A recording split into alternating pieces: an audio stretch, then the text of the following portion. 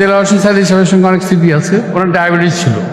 ইফতারের সময় আর বোধহয় 4-5 মিনিট বাকি আছে, এমন সময় আমি খেয়াল করলাম যে উনি অসুস্থ বোধ করতেছে। আমি কিন্তু ওনার জেলখানার ভিতরে ওনার ওই ব্লাড সুগার টেস্ট করতাম, ওনার বিভিন্ন পরীক্ষা নিরীক্ষাগুলো আমি করতাম।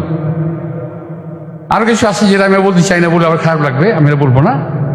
তো মোটামুটি আমি ওনাকে এবং দেলোয়ার সাইদি সাহেবকে অনেক সহযোগিতা করেছি। আমি সুস্থ ছিলাম, জোয়ান ছিলাম, ওনারা তো বয়স ছিল। তো দেখলাম যে একদিন হঠাৎ করে উনি একটু অসুস্থ হয়ে বসে পড়লো চেয়ারের মধ্যে। আমরা একটু হাঁটছিলাম বারান্দার মধ্যে।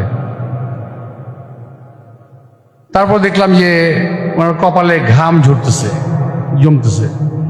তা আমি তো ডায়াবেটিক পেশেন্ট, আমার বাবা ডায়াবেটিক পেশেন্ট ছিলেন।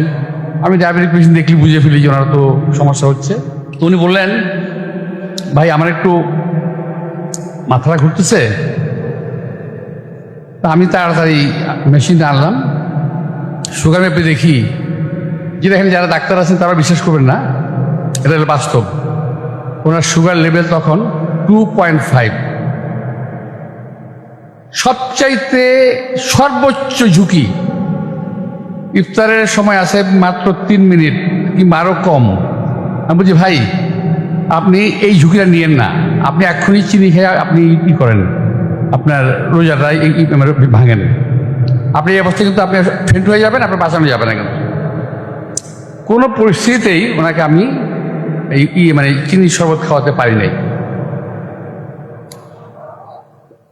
উনি কিন্তু ইফতারের টাইম হলো, উনি চিনি শরবত খেলেন এবং আরও একটু অসুস্থ হয়ে পড়লেন। ধীরে ধীরে ডায়াবেটিক পেশেন্ট তো ধীরে ধীরে রিকভারিও করলেন, ভালো হলেন। তো ওনাকে আমি বললাম যে ভাই আপনি এরকম হুজুর, আপনি আমি ভাই বলতাম, সরি, ওনাকে আমি হুজুর বলতাম, হুজুর এই ধরনের ঝুঁকি কখনো নেবেন না, 4 হয়ে গেলেই আপনাকে কিছু খেতে হবে। তো এটাই বললাম যে ওনার যে একটা জোর ছিল, মানসিক জোর, ইমানি জোর ছিল, এটা আমি ওনার একদম চাক্ষুষ একটা প্রমাণ ওনার কাছ থেকে আমি পেলাম। এছাড়াও ওনার সঙ্গে আমি রাজনৈতিক, সামাজিক বহু আলোচনা করেছি। আমি দেখেছি ওনার প্রজ্ঞা, ওনার জ্ঞান অপরিসীম।